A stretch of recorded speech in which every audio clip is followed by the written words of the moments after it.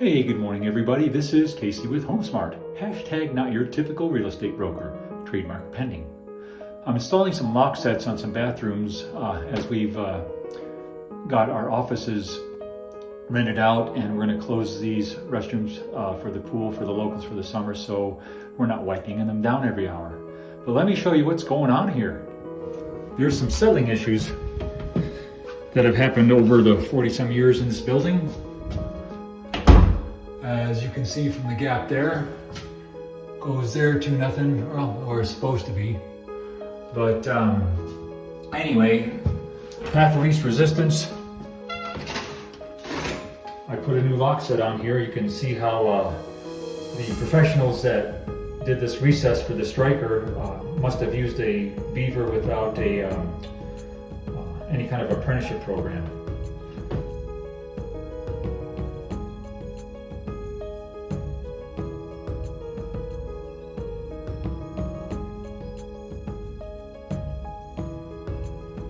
And here I had to lower the lock set down that much because of the settling. I was also able to put screws in here to suck that over a little bit, so put that upper one a little bit tighter so it wouldn't rub on the jam. Same thing here with the women's bathroom.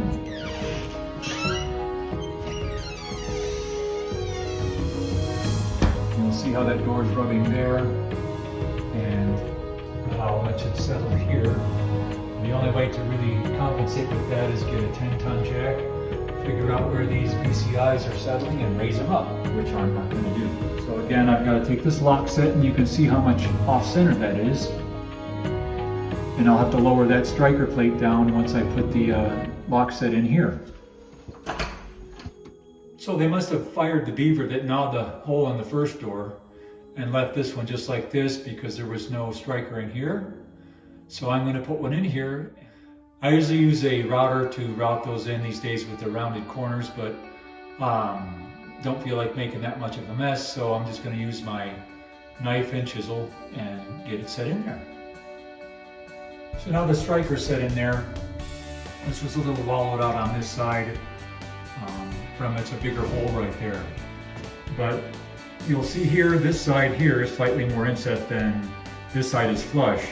Reason being, the old doors used to come with a 5-degree bevel. The bevel was going from if you're facing the door from the inside to the outside, the bevel was going out to the outside as a 5-degree bevel. So when the door closed, and I can show you here possibly, when the door closed, you wouldn't have it hitting, because if this didn't have a 5-degree bevel on this side from here to here, this door would hit the jam because they had more of a closed tolerance than they used to. Again, you can see here how the settling has happened. I'm going to put some long screws in that hinge and that hinge to see if I can suck that door jamb over. As you can see, this gap right here, it gets larger as it gets to the top, and this hinge is possibly a little loose, so I might put a longer screw in there just to pull everything over as much as I can for now without having to get a 10-ton jack and raise the floor and get this back to where it was when it was first built. With those longer screws, I was able to suck this side over. You will see here the gap's about even now. And I'll come over on this side, and it is not rubbing anymore. Coming down. Now I'll have to lower the striker plate in order for that striker to go into that striker plate, and that's next.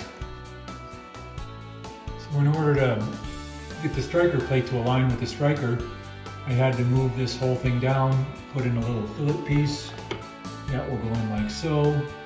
I'll fill that upper gap with some spackle, or I'll just cut a really thin piece of wood to glue in there, because this is jam and materials are made out of a high quality particle board that they used in the 70s. Not unlike today with these modern marvels that they're building. So one other thing I adjusted are these closers. They are improperly installed and in the wrong place, as you will see on this door. So I'm going to be moving this one over to where it needs to be too, to correctly have that door open and close. I've got these doors set. They're all finished up. I've got lock sets put in here. I have taken these closers and put them in the correct place. So now both of them are working and functioning fine. I'll have to wipe up those marks, but that'll be a job for tomorrow. I got a few more offers coming in on a property I've got listed here in Fort Collins, so I'm gonna have to go over those offers here sometime after 5. I've got a few other things to do before that. And anyway, I've got a foot in both worlds. One in the real estate world and one still in the construction world on a limited and selective basis. So y'all have a great weekend. Again, this is Casey with HomeSmart. # not your typical real estate broker. Bye.